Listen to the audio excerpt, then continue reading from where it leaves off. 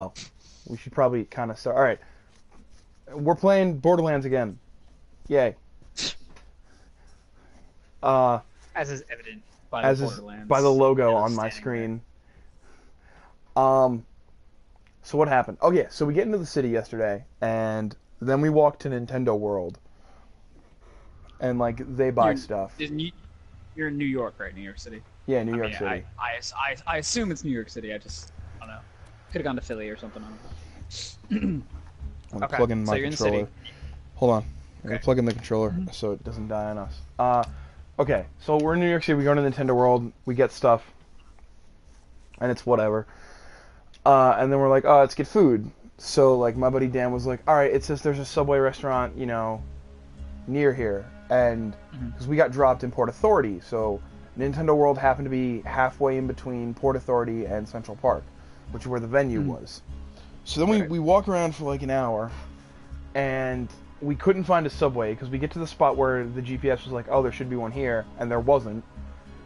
So we kind of basically just aimlessly walked around the city, which I hate. I hated it when I was in Europe, and I hate it here. The only city I didn't hate walking around that was pretty big was Edinburgh, Scotland, because I just liked it, and because our hotel was in the central of the city, so everything we wanted was pretty much in walking distance. Um, but like, if we, and this is anywhere, if like we get lost and someone doesn't know where we're going, and we don't get results, I just get in a bad mood. Um, so anyway, so me and AJ went and got Five Guys, and then we met back up with my buddy Dan and our friend Katie, and then we went to Central Park, and then we come to discover that the venue is on the complete other side of Central Park. So we walk to the other side of Central Park, and we chill out in the line for a second. Let's check what the quest we had. What quest were we gonna do next? Oh, there's so much to do. Remember to load whatever music you're listening to because I can hear it. I'm not listening to music. Oh, really? Is this that speaker? What are you talking about? Do they have music on Pandora? Oh yeah, it's a little radio. There are a bunch of these, and you can like change the station. Oh, I thought you were just like listening to music, and I was like, No, what and the the station dial can go over 9,000. Um. Anyway, so fuck? we get to the venue, and the first band that opens up is Let Live, and they're like this hardcore punk rock band from LA. They were pretty solid. I'm not gonna lie, they were crazy. Then Killswitch Engage played, and we sat down for that because none of us really, well, most of us didn't really care about Killswitch Engage. Um, but they were cool because some guy got hurt in like the middle of a pit, and they stopped playing, and the singer was like, "Yo, give him room." Like the singer made sure he was okay before they went on. So that was really cool. Um, and then the main event, friggin' Rise Against, who we've been trying. AJ's been trying to see them since he was 15, and I've been trying to see them for like 3 years. And every time we try to see them, something happens where we can't see them. So they come out, and they open up, and it's just a madhouse. The crowd is nuts. I almost got knocked over twice. Um, so they keep playing. We're going nuts, and then the singer Tim started talking to us, and he goes, "Yeah, who's seen Rise Against before?" And like everyone raised their hand. He's like, "All right, who hasn't seen Rise Against before? Who's this is the first time?" And like a bunch of people raised their hand, including us. And he goes, "What took you so long?" And the only thing I shouted was the fact that Linkin Park canceled the tour with Rise Against because I'm pretty sure it was the singer who like broke his like leg or something, and like he just canceled the tour. And we were gonna go to that. It was like $60, but we were gonna do it. And I was like, and I screamed that, and everyone around me started laughing. They were like, "Yeah, it's bullshit." Um, so I was going nuts. Like a pit opened up behind us, a circle pit, and everyone was running around. And I was like in the middle of it, like directing everybody and like going nuts with these guys around me. Um, and they played all of my favorite songs. They have a song called "Make It Stop," which is about. It's basically a song about like all the shit that happens to kids that come out of the closet and like say that they're gay. It's a really cool song, and that was like the only song I wanted to hear because that's my favorite song by them. Because it's the only one that I kind of like can sing and that I know really well because I listened to it a whole bunch. And they played that. They played all my favorites, and then oh shit, is that a weapons crate? No, it's just some safes. I saw the green lights and I was like, weapons crate on rooftops, but it's just safes with money in it for us. Can I get on top of Scooter's garage? I kind of can, but not really. So then they went out and they made it like they were closed, like they closed out their show. And then the singer Tim and his guitar and one of his guitarist came up because Tim plays guitar, then he has a guitarist, and then they have a bassist. So Tim and the guitarist came out, and Tim brought an acoustic guitar to play a couple of their acoustic songs. And the first one they played was "Hero of War," which is about you know, a kid who gets told about, oh, you know, if you're a soldier, you can do all this cool stuff. And then when he gets home at the end of it all, he's just like, yeah, this is what they see. You know, just medals and scars, and they're all damn proud of me, but, like, they don't understand what I went through. Kind of like, it's a song, you know, about, like, people who are, like, you don't know what it's like out there, which is really cool. But this guy started to try and start a friggin' mosh pit during an acoustic song. And he almost got into a fight with another guy. So, like, I had to help break that up. And then they played, AJ and I played a song a while back that they wrote called Swing Life Away, which is about, like, a bunch of, like, it's basically about, like, people like our age, where, you know, we just sit around and we do stuff and we hang out and we talk about all the things we're gonna do one day when we're older. And it's a really nice song. And so we formed a huge line. I was like, AJ, get over here, and me and him, like, locked arms, and then our friend Katie came over, and then our friend Dan, and then I was just like, everyone get a piece of this, and, like, all of these people just joined in line with us. And the one kid who almost got into a fight, there's one line that says, let's compare scars, I'll show you mine if you show me yours. And, like, he stepped out of the line, and he was, like, singing that to us, and, like, I stepped out, and, like, I joined him, and then I bro-hugged him, and then I broke down crying. I was fucking hysterical for that whole song. It took, like, all of this emotion out of me. And then they went off stage again, and they came out, and they were like, so you guys want to hear a couple more songs? And then they played, probably one of their biggest hits, called Savior. And even during that, I was like, I was still trying to hold my composure, but it was crazy.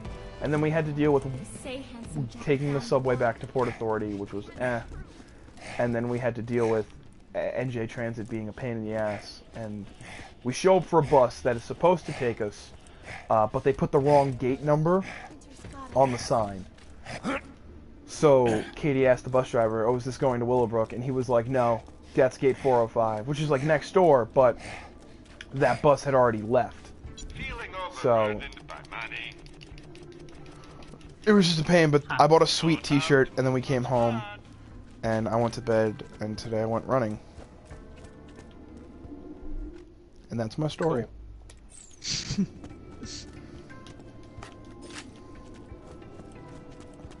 Now your story. Yeah, just give me a second. Are you buying things, or are you ready to head out? Yeah. Yeah, I was waiting for you to finish your story and fucking set a quest.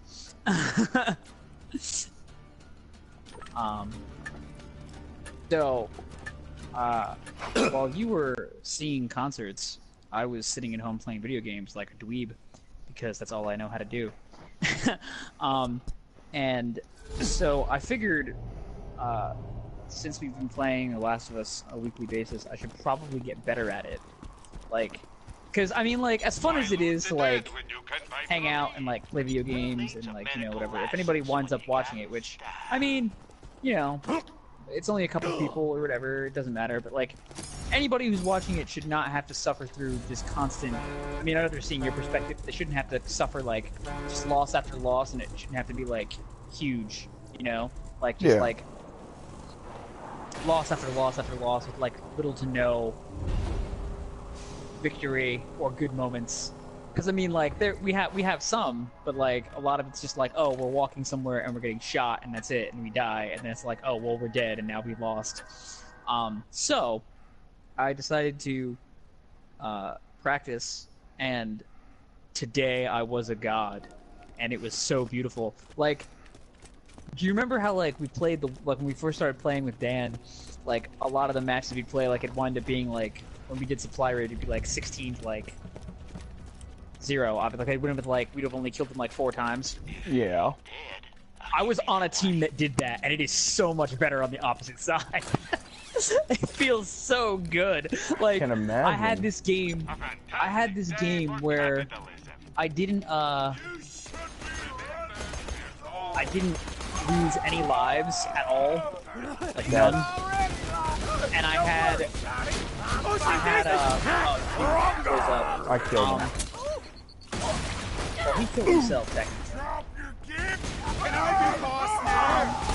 But I had like 7 downs, like 7 executions, 2 revives. Like I was doing great, and so my clan obviously increased in size. Now it has like over 60 people, and like I just from like that game forward, like I just kept playing, and like I was like figuring out like solid tricks, and I did. I got my my sniper rifle to be silenced. Yo. So I have these silent weapons now, and I'm just like I'm a ghost, man. Like it was great. The game where we won like 16 to whatever.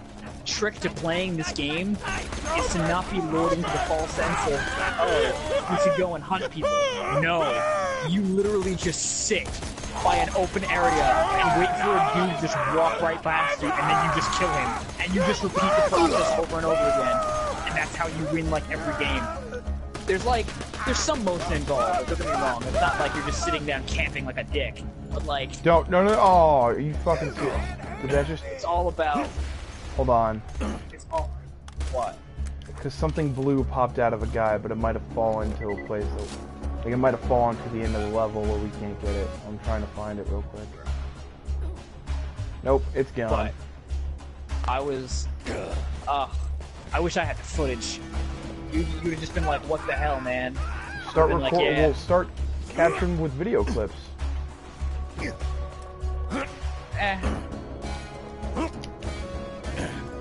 Like, I would, but I never know when I'm going to be good. You can't Sometimes stop it just me. happens, and I'm just like, oh, look at me kill all these people like a total boss. So, And I then it's found a after the- thing. It's after the fact that I'm like, oh, it would have been great if I had recorded that. Oh! So. Yeah, there's a theory about the place I'm in right now. Oh, yeah? Come over here, I'll bring you to it. Because you can get a badass rank from it. But it also, there's also a theory. How do I get up there? You're going the wrong way, buddy. Well, clearly. First, there's a How the vault hell symbol did you down get- here. Where are you below me? Where are you at? Maybe the world's sending me a sign. Yeah, I'm right. Oh, Come over. you are below. You got it? Okay. You're below me. Okay, I almost died. Alright, what? here's the vault symbol over here. Where? Right here. Where did you jump? Oh, you jumped over me. Right here. It's like where? Alright? There. Now follow me.